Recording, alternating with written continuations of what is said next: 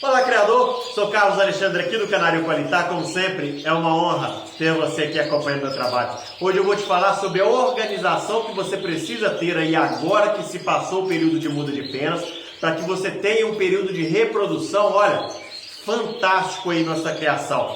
Então é o seguinte, se você é um bom aluno, já assina a chamada dessa aula aqui, dando o seu like aí, clica aí no joinha e me acompanha até o finalzinho desse vídeo. Não esquece, estou com um perfil lá no Instagram, @canarioqualitá, me segue lá também.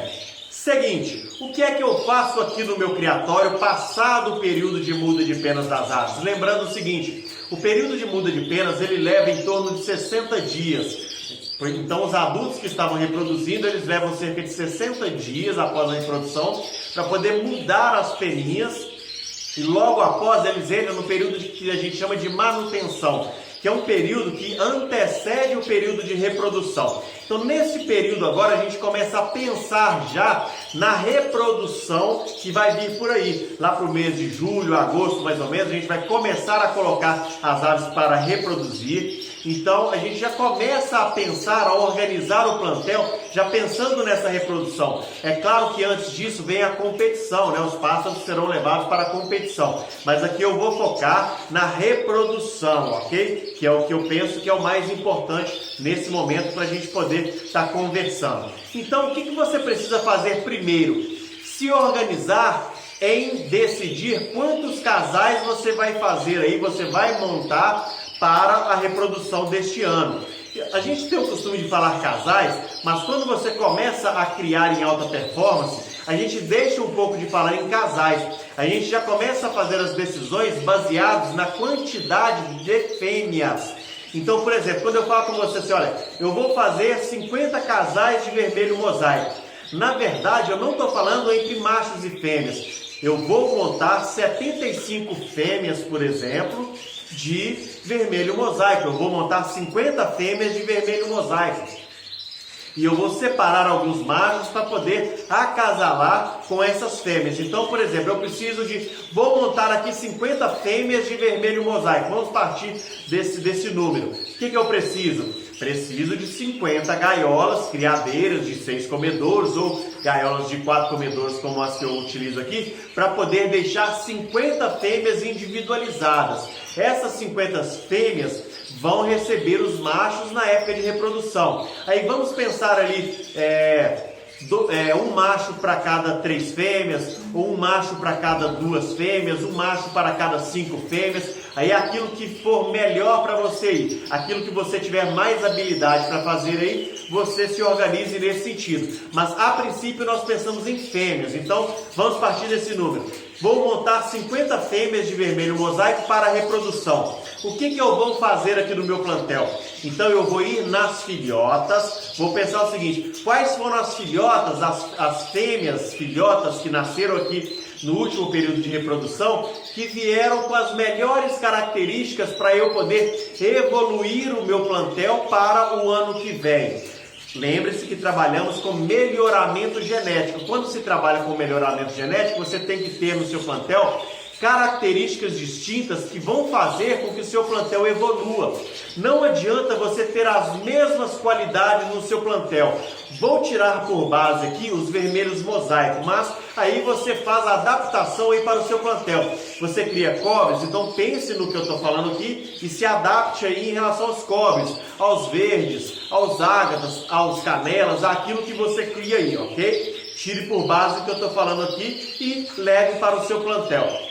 Então é o seguinte, quando eu seleciono aqui as filhotas, vamos supor, se a gente está falando em 50 fêmeas, vamos supor que eu vou separar de 30 a 40 fêmeas, são filhotas que eu vou separar para mim. Vamos fechar em 40, vou separar as 40 filhotas que vão servir de base para o meu plantel, para a reprodução deste ano, para os filhotes que vão vir no ano que vem. Eu vou separar todas as fêmeas na mesma característica?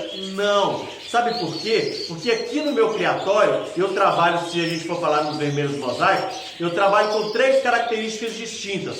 Vamos pensar o seguinte, tem uma linhagem que eu trabalho ela da seguinte maneira. Vou chamar aqui de linhagem 1. A linhagem 1, o que eu faço? eu estou buscando os canários que são mais vermelhos, os canários que são mais marcados, que tem a máscara maior, as marcações nas zonas de eleição são bem maiores. Então o que eu faço? Eu vou separar algumas fêmeas para colocar nessa linhagem, que são fêmeas dentro dessas características. São fêmeas que têm um lipocromo muito forte, são fêmeas que têm boa máscara, boa marcação. Então eu vou separar essas fêmeas dentro da linhagem 1, ok? Que é do trabalho da linhagem 1. Aí eu vou trabalhar também a linhagem 2. O que vai ter na linhagem 2? Aqui na linhagem 2 eu já vou ter algumas fêmeas que elas são mais brancas, que elas vão contrastar depois com esses filhotes que vão nascer, que são mais marcados. Por quê? Deixa eu marcar aqui primeiro, ó. Aí eu vou buscar aqui fêmeas que também têm um bom lipocromo, mas são fêmeas que tem a característica delas é que são fêmeas mais limpas, que elas têm menos infusão. A tonalidade de branco delas é melhor. Então o que eu vou estar fazendo aqui? Aqui eu estou selecionando machos e fêmeas que têm a característica de um lipocromo muito forte, ou seja, um vermelho muito forte, e as marcações delas são exageradas. Então a máscara delas vai ser maior, né? As marcações no ombro delas vai ser maior, no uropígio vai ser mais forte. Porém, o que essas fêmeas elas carregam? Elas são mais masculinizadas. Então, o que vai acontecer com elas? Acaba que elas vão ter marcações de lipocromo no peito, no dorso. Então, o que vai acontecer? Elas vão fugir um pouco do padrão de fêmeas. Por quê? Porque elas vão carregar algumas características dos machos. Então, o que vai acontecer? Elas vão me dar filhotes. Quando eu juntar aqui os machos mais marcados com essas fêmeas, o que vai acontecer? Elas vão me dar filhotes que são mais exagerados, que tem um lipocromo excepcional, que tem as marcações muito boas, porém eles vão ter um pouco de infusão. O que é essa infusão? Onde era para ser branco na plumagem deles, vai ter um pouco de vermelho. Então eles vão fugir um pouco daquilo que eu queria para o pássaro de concurso. Mas para o plantel, são aves de muito boa qualidade. Como eu sei que daqui eu vou tirar alguns filhotes, a maioria dos filhotes vão sair um pouco infiltrados, o que eu faço? Eu já trabalho uma linhagem mais limpa, uma linhagem que vai me dar pássaros de boa qualidade e que não são tão infusos assim, não contém tanta infiltração de vermelho na plumagem. Vá pegando o que eu estou falando aqui, se você não cria vermelho mosaico, leve para o seu plantel, para a cor que você cria, ok? Então aqui eu vou usar machos dessas fêmeas que também tem um bom lipocromo, que tem boas marcações, mas que sejam mais limpos. Então, o seguinte, provavelmente esses machos aqui, eles vão ter uma máscara menor, eles vão ser canários com uma plumagem mais bonita, uma plumagem mais aderente. Se a gente for pensar na categoria deles ali, entre intenso, levado e mosaico, vão ser canários mais intensos, de uma plumagem mais curta. Então, geralmente, esses canários aqui vão ter uma plumagem mais bonita, o que vai me servir também quando eu passar para cá, porque quanto maiores são as marcações aqui, acaba que o canário começa a ficar maior, a plumagem dele começa a ficar mais feia. Então, o que eu faço?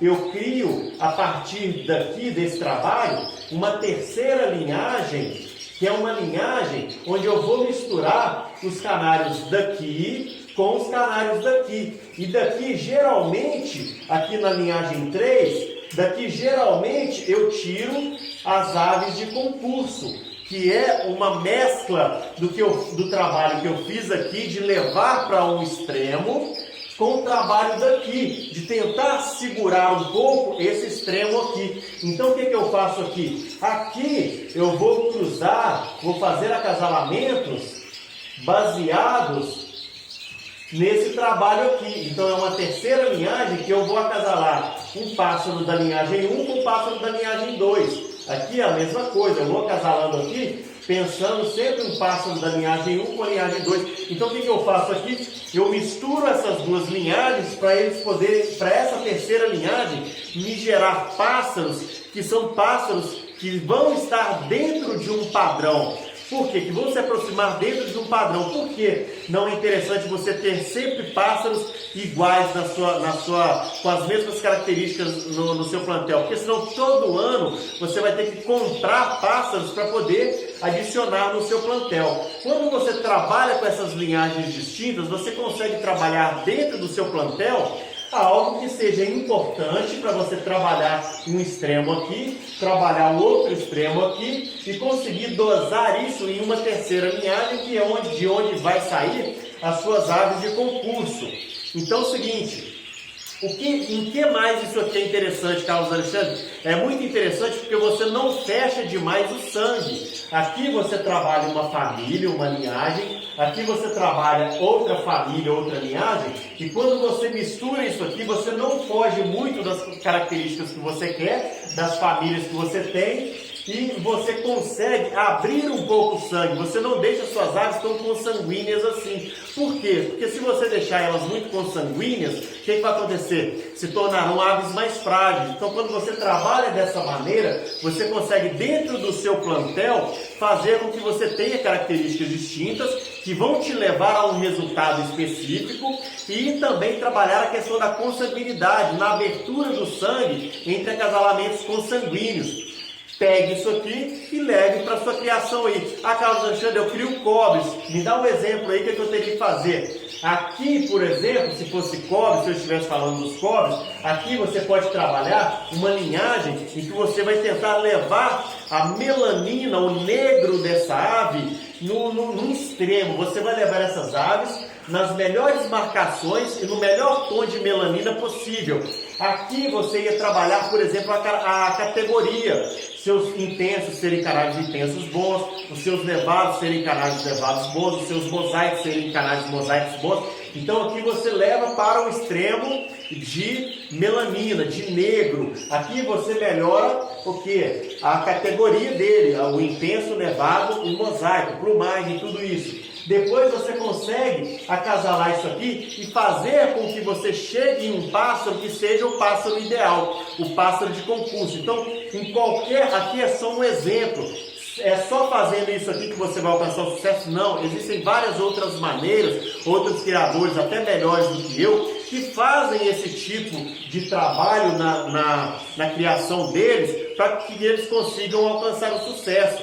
Então, por que é importante você ter casais aí de poucas cores? Se você está iniciando, você começar com poucas cores, para você conseguir fazer uma quantidade de casais que vai levar você a ter condições de fazer esse tipo de trabalho. Do contrário, é o seguinte, vamos supor que você tem aí 5 cores diferentes no seu plantel e você consegue montar só 50 casais. O que vai acontecer? Poxa, você vai conseguir fazer uma quantidade pequena de casais por cor. Então, até você chegar nesse trabalho aqui, você vai levar mais tempo. Por quê? Daqui são pássaros que não vão sair pássaros aqui muito bons, mas alguns pássaros aqui você não vai conseguir melhorar eles, trabalhar com eles dentro do seu plantel. Então, acaba que você pássaros de descarte, ok? Se você tem poucos casais e nascem os descartes, você vai ter menos ainda de pássaros bons para poder selecionar aí no seu plantel. Então, vamos lá. Selecione as filhotas. Selecionou as filhotas que vão ficar no seu plantel para você fazer esse trabalho? Ok, já deixe elas reservadas para você. Depois você vai partir para as adultas. Quais são as adultas, as fêmeas que são as matrizes que reproduziram no ano passado, que vão permanecer no seu plantel? Essas fêmeas que vão permanecer no seu plantel, quais são? São aquelas que te deram os melhores filhotes. Os filhotes das melhores características, que conseguiram passar adiante as boas características delas. Então você vai segurar essas adultas para você. Beleza. E os machos? Como que eu vou separar os machos? Separe aqueles machos adultos. Quais são aqueles adultos que vão permanecer? São aqueles que foram acasalados com essas fêmeas que te deram os melhores filhotes. Então, separe esses machos para você também.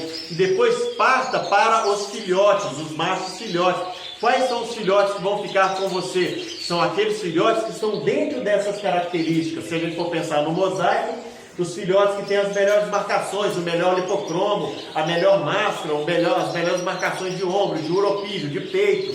Você vai separar esses. E aqui eu já vou separar aqueles machos que tem um contraste melhor, que tem mais contraste, que tem um lipocromo muito bom, mas que carregam também uma tonalidade de branco muito boa. Então, separe esses para você também, ok? Então, faça o seu plantel, distribua aí o seu plantel, as gaiolas, os acasalamentos que você vai fazer, dentro de características distintas, para que você consiga depois chegar no pássaro ideal, para que você não tenha que todo ano ter que ficar comprando aves aí para poder colocar no seu plantel, ok? Aí você pergunta o seguinte: Carlos Alexandre, mas se eu fizer essa seleção que você está me falando aí para fazer, eu só vou ter pássaros ruins para vender. Aí as pessoas não vão querer comprar os meus pássaros porque sabem que eu estou vendendo os pássaros de descarte. Aí que está o pulo do gato.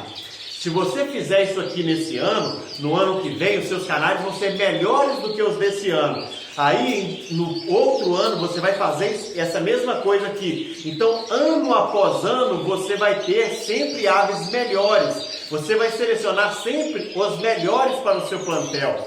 Então, daqui 3 anos, por exemplo, quando você tiver uma ave de descarte, essa ave ela é muito boa. Esse descarte seu é uma ave, a gente chama de descarte, mas é uma ave muito boa.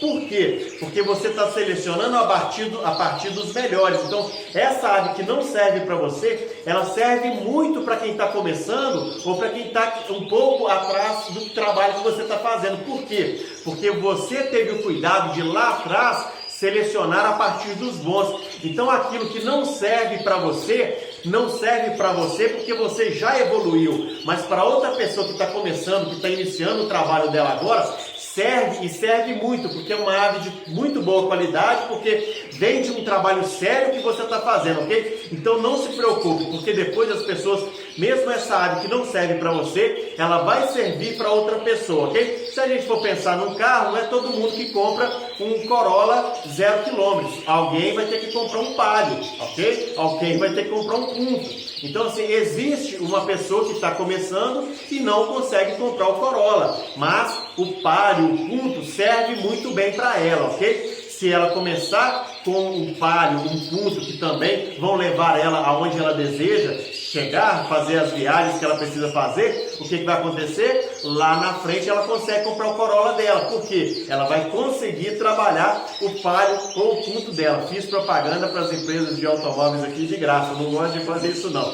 Mas só para você ter aí como exemplo. E olha, se esse vídeo serviu para você, se ele te fez crescer enquanto criador e criadora de sucesso, dá o seu joinha e dá o seu like. Se você ainda não é inscrito aqui no canal, se inscreva aqui no canal. Tem muito assunto bacana aqui no canal para fazer você chegar ao sucesso, para fazer você ter uma criação de aves aí excepcional. Eu vou ficando por aqui. Um forte abraço. Não esquece de me seguir lá no Instagram. Fique com Deus.